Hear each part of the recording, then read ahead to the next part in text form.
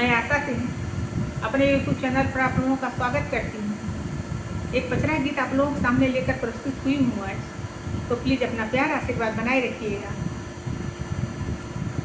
सोने के माई के मंदिर चंदन के वाड़ लागल हो। सोने के माई के मंदिर चंदन के वाड़ लागल हो। हे मैया खोली देती बजड़ल के वड़िया पहुआ तनी छुई ले तो हो। हे मैया खोली दे तू बजरल के वरिया चरनिया हम छुई ले हो। सोने के माई के मंदिर चंदन के वाड़ लागल हो। सोने के माई के मंदिर चंदन के वाड़ लागल हो।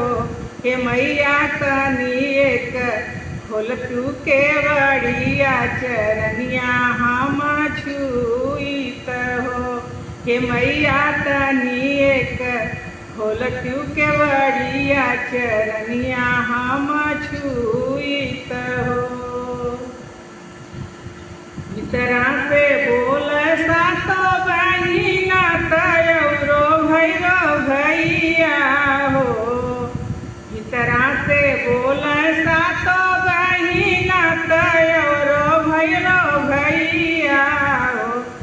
सेवका कहाँ लगवलू तनी देर के वड़िया कैसे खोलब हो। हे सेवका कहाँ लगवलू तनी देर के वड़िया कैसे खोलब हो। फूल लोढ़ गईली फूलवरिया फूल लोढ़ गईली फूलवरिया की नय बजरिया गईली हो। फूल लोढ़ गईली फूलवरिया लोढ़ बजरिया गईली हो। हे मैया उहाँ लगल इतनी देर के वड़िया तनी खोली दे तू हो। हे मैया उहाँ लगल इतनी देर के वड़िया तनी खोली दे तू हो। हम नाही मांगी मैया धन दौलत नाही रुपैया मांगी हो। हम नाही मांगी मैया धन दौलत नाही रुपैया मांगी हो। हे माई मामा मांगी मांगी के सिंदूरवा। हे माई हम मांगी मांगी के सिंदूरवा के वड़िया तनी खोली दे तू हो। नाही मांगी हम धन दौलत नाही रुपैया मांगी हो।